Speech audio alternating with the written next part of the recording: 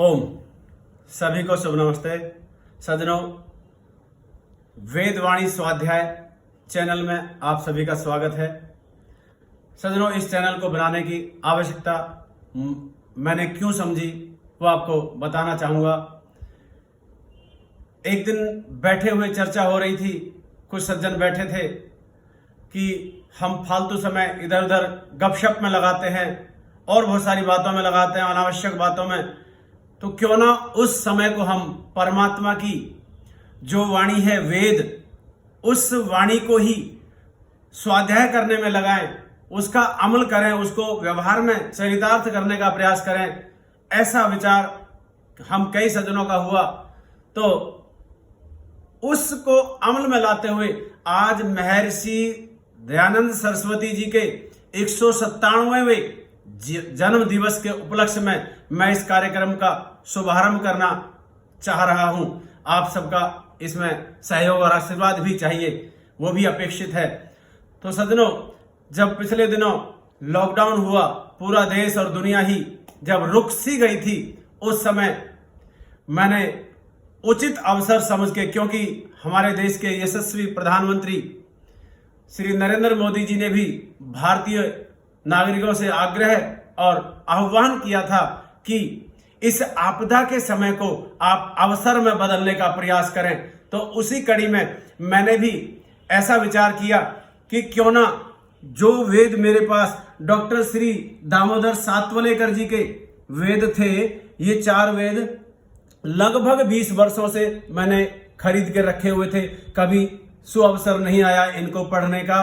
और इस लॉकडाउन के समय को मैंने सुअवसर समझ करके, जब मैंने कुछ और विद्वानों से परामर्श किया कि किन भाष्यकारों के जो वेद हैं वो सहज हैं, सरल हैं, ऐसा नहीं है कि वे वेद गलत है, ऐसा बिल्कुल नहीं कहूंगा। बहुत अच्छे वेदों का भाष्य है इनमें भी, पर थोड़ा सा इनमें सरल भाष्य है। तो उन विद्वानों के समर्थन से, अनुमोदन से मैंने इन वेदों को मंगवाया। उन्होंने ही मुझे, आदरणीय एक आचार्य जी हैं ब्रह्मचारी सत्य प्रकाश जी नैष्ठिक, उनसे इन वेदों का एड्रेस लिया, पता लिया, और उस पते का हिंडौन सिटी से जब पता लगा कि वहां से मंगाए जाएंगे, तो वहां से हिंडौन सिटी से ये मंगवाए, राजस्थान से, और इनका स्वाध्याय शुरू किया।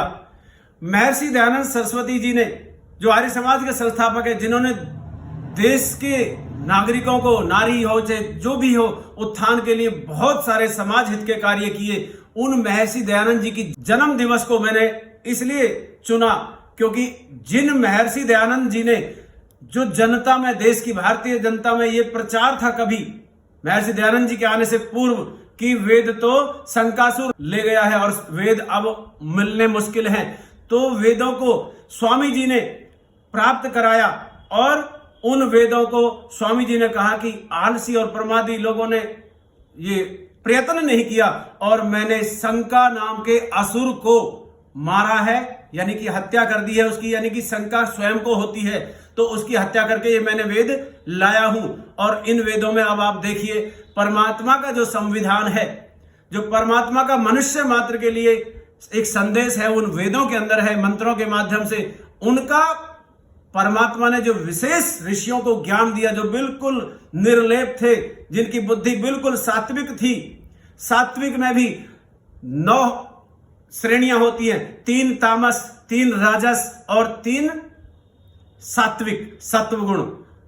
तो इनकी भी 9 श्रेणियों में जो सर्वश्रेष्ठ श्रेणी के थे, जो बिल्कुल निर्दोष ऋषि थे, उनकी आत्माओं को, उनके दिमाग को, मस्तिष्क को ये वेदों का ज्ञान दिया। और उन्होंने जो वेदों को लिखित में हम तक ये परमात्मा का संविधान पहुंचाया है, और समय समय पर गुरु परंपरा से, साहित्यिक परंपरा से आज हम तक अनेकों विद्वानों ने इनके भाष्य करके जन साधारण तक पहुंचाया है। तो मैंने भी इस आपदा के समय को सुअवसर में बदलने का प्रयास किया, उनका स्वाध्याय स्वयं करके लॉकडाउन के समय में। और जब पाया कि इनमें बड़ा सरल और सहज भाष्य है, जो आम आदमी की समझ में आ सकता है, जो कभी पढ़े नहीं थे वेदों को, हमने भी नहीं पढ़ाया था इतना, लेकिन लॉकडाउन के समय में इसका अवसर लिया और सहज समझ में आने लायक लगे, तो यहाँ वो हमारा जो आर्य समाज के 10 नियम हैं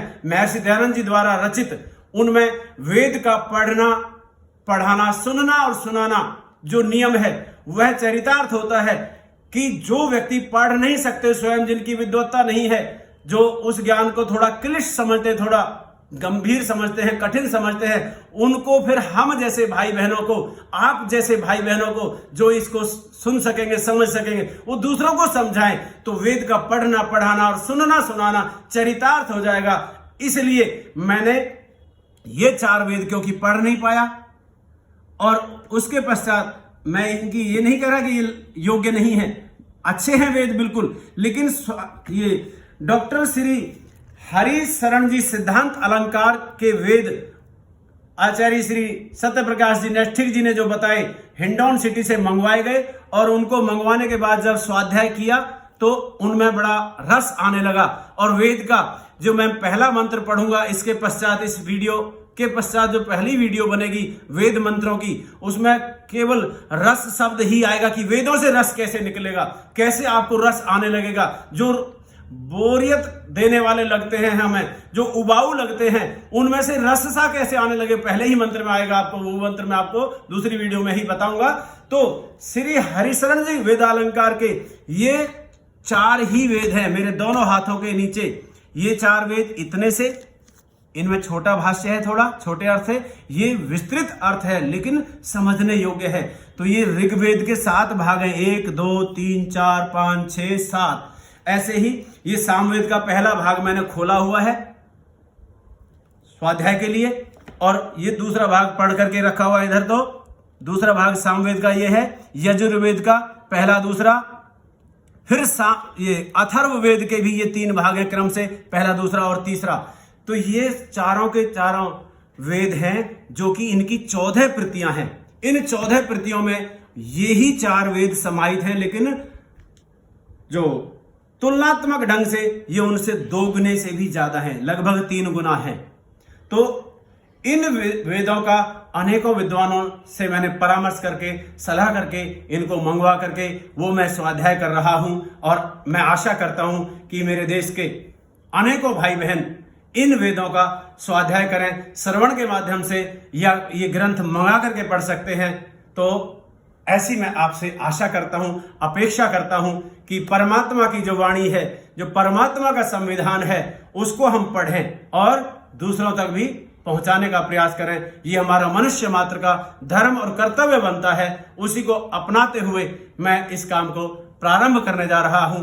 आशा करता हूं कि आपका मुझे समर्थन मिले, आपका मुझे आशीर्वाद मिले, और ये परमात्मा का ज्ञान हम सब तक फैला दें। ऐसा हमारा सार्थक और सात्विक प्रयास होना चाहिए। उसी कड़ी में मैं आपको ये अगली वीडियो में वेद मंत्र ही की व्याख्या करके सुनाऊंगा। आशा है आप इस वीडियो के पश्चात दूसरी वीडियो और क्रमवार अगली से अगली वीडियो को देखने का प्रयास करेंगे। सभी को शुभ नमस्ते, धन्यवाद।